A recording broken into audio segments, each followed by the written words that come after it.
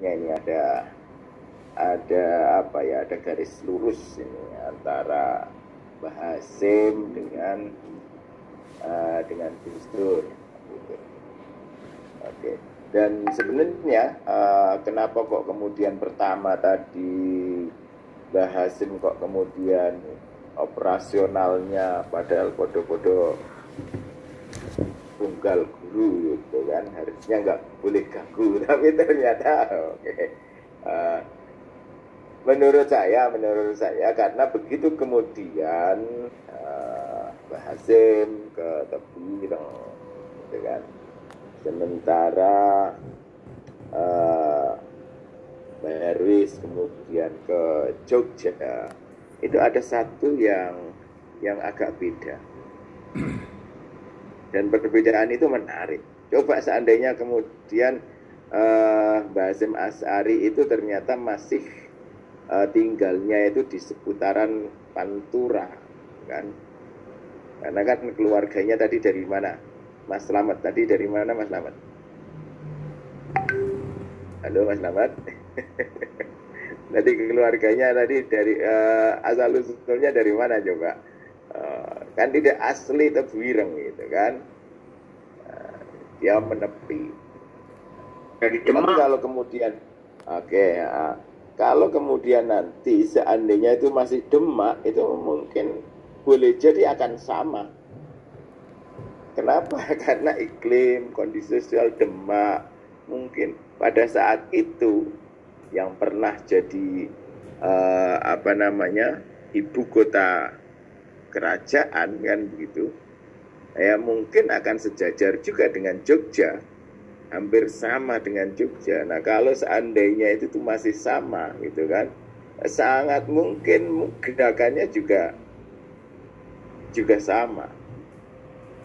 Karena bagi saya, kenapa kok kemudian berbeda, ini hanya persoalan karena yang direspon oleh Mbah Hasyim dan juga yang direspon oleh Kiai Haji Ahmad Dahlan memang sesuatu yang punya tipikal yang berbeda. Pernah terjadi misalnya kan, pernah ada, biasanya kalau di kita itu yang paling sering itu adalah ar-ruju' ilal Qur'an was sunnah. Oke. Kata-kata ini ucapannya sama, ar-ruju' ilal Qur'an was sunnah. Tapi ketika kemudian ungkapan ini diungkapkan oleh Ahmad bin Hambal, yang itu pada satu sisi yang pertama, dan kemudian ketika diungkapkan oleh Ibnu Taimiyah, oke, ternyata kemudian responnya berbeda. Jadi efek dari ar-ruju' ilal Qur'an was sunnah ini ternyata kemudian berbeda. Padahal kata-katanya, statementnya sama. Tapi karena ini adalah respon terhadap kondisi yang berbeda, efeknya juga kemudian berbeda. Nah, ketika kemudian hal yang pertama ar-ruju' ilal Qur'an was sunnah pertama kali diungkapkan oleh Imam Ahmad bin Hambal, masa itu yang dihadapi adalah kebebasan berpikir. Wah, seorang yang namanya para intelektual muslim pikirannya luar biasa pada saat itu. Kenapa? Karena lagi gandrung-gandrungnya dengan ilmu-ilmu baru yang berasal dari Yunani. Penerjemahan besar-besaran dari ilmu-ilmu logika Yunani ke dalam masyarakat muslim sudah barang tentu ini direspon luar biasa. Karena sesuatu yang baru biasanya kan demen dulu gitu kan. Wah, jadi menjadi diskurs yang kemudian umum. Nah, ketika kemudian terjadi persoalan yang seperti itu, masyarakat Muslim pada saat itu lebih dominan, cenderung untuk memberikan apresiasi lebih besar terhadap logika-logika yang baru yang berasal dari Yunani, dengan sudah barang tentu aspek budayanya ngikut gitu kan. dengan kemudian menomorduakan logika-logika yang selama ini harus bersumber dari hadis, Quran, yang diterjemahkan, yang dipelajari adalah kemudian tingkat validitas hadis, makna teks yang lebih pada logika bahasa. Nah, karena yang dihadapi seperti itu, karenanya oke deh, ini kalau nggak direm gitu kan, kalau kemudian tidak ada gerakan lagi, muncullah Imam Ahmad bin Hambal dengan jargon ar-ruju' ila Al-Quran was sunnah. Ketika ini kemudian diungkapkan oleh Ahmad bin Hambal, efek apa yang kemudian terjadi? Maka orang tidak berani lagi berpikir bebas, karena iklim yang dihadapi adalah kebebasan berpikir yang luar biasa.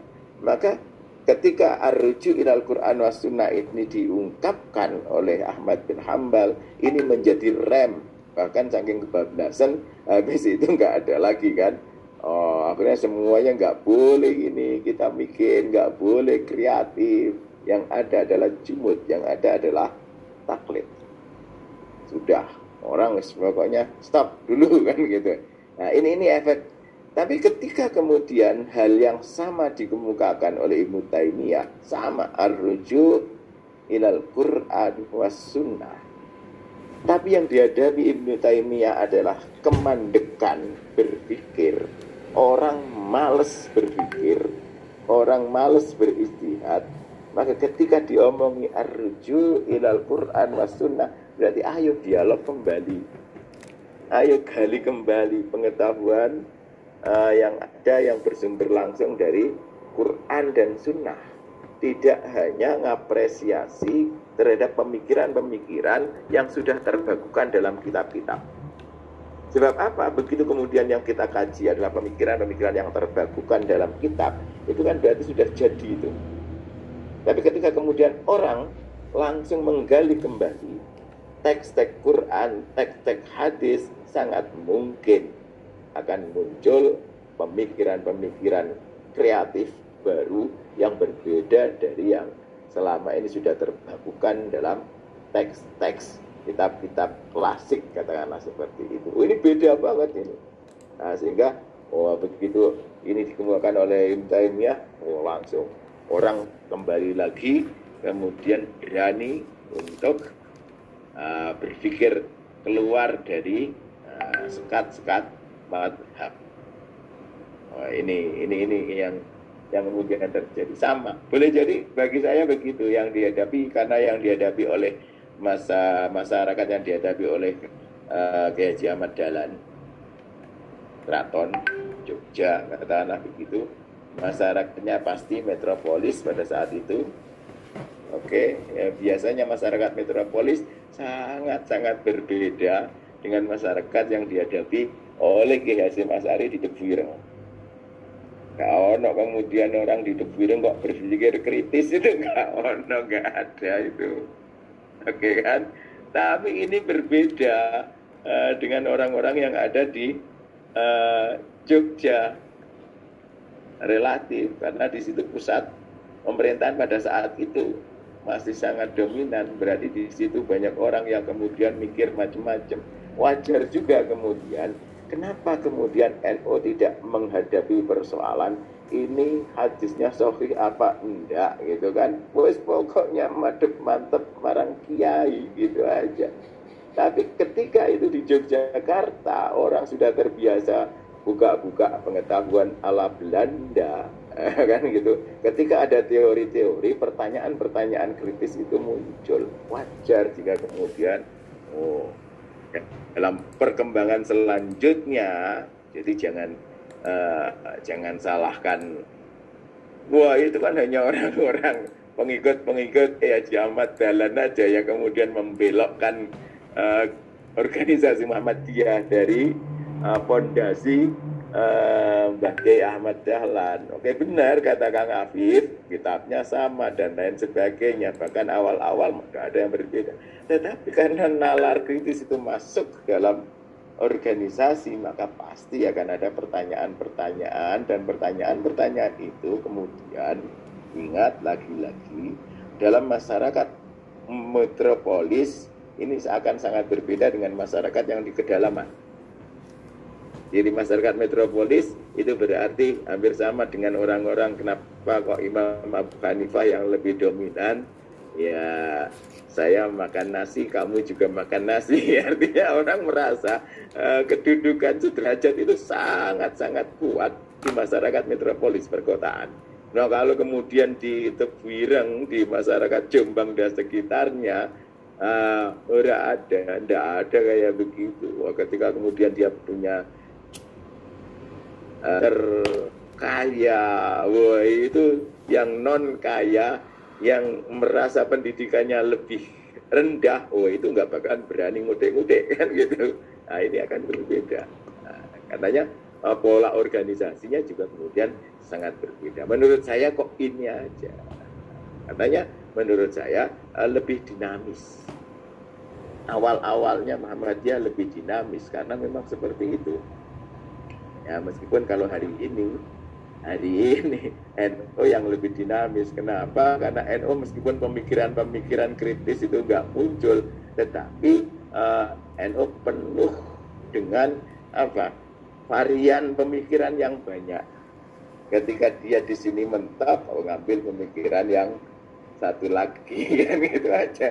Ya tinggal ngambil sisi, ibarat ini kotaknya itu banyak banget gitu kan. Kalau kotak ini ternyata waduh sulit dibuka gitu ya, sudah ngapain gitu, sulit, ambil kotak yang lain saja gitu. Udah lebih cocok ya apapun masalahnya hari ini kayak begitu. Oke, karena dia ngambil, dia punya punya celengan yang kemudian ini tandonya banyak. Sementara ketika kemudian masalah-masalah di Muhammadiyah awalnya kan masalah-masalah itu relatif munculnya nggak begitu banyak. Tapi ketika masalah-masalah muncul jauh lebih banyak dibandingkan dengan yang mampu diapresiasi, dibandingkan yang mampu direspon. Wah ini bahaya betul ya. Yang sekarang Muhammadiyah saya melihat itu masalahnya sedemikian kompleks kan gitu. Sementara keterbatasan harus muktamar, harus macam-macam kan gitu kan untuk melakukan respon terhadap satu persoalan atau beberapa persoalan, sehingga hampir masalah-masalah yang ada itu tidak mampu direspon secukupnya. Nah ini yang kemudian jadi repot. Nah sementara ini ya paling enak begitu. Satu itu jadi perbedaan ya Kak. Ya, kalau saya seperti itu. Makanya kalau saya dulu seringkali begini. Lalu kenapa kok kemudian di NU itu ada tahlilan, ada wiridan dan lain sebagainya? Lah yang masyarakat petani. Petani itu kan masyarakat yang kemudian punya banyak kelebihan waktu. Dia nanam, kan gitu kan? Habis nanam, dia akan nunggu sampai itu tumbuh.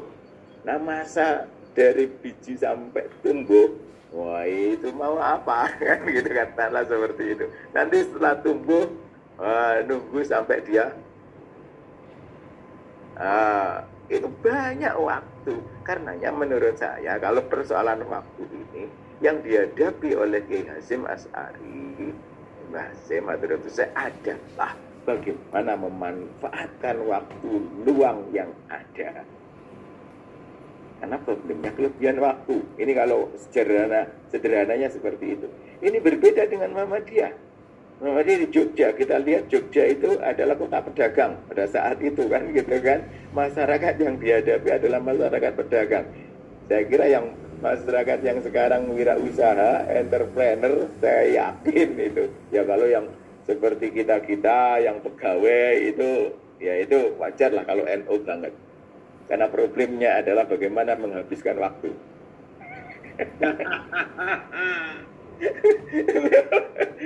Ini ya kira-kira kalau kemudian banyak pegawai yang NU itu cocok kan sebenarnya. Karena problemnya adalah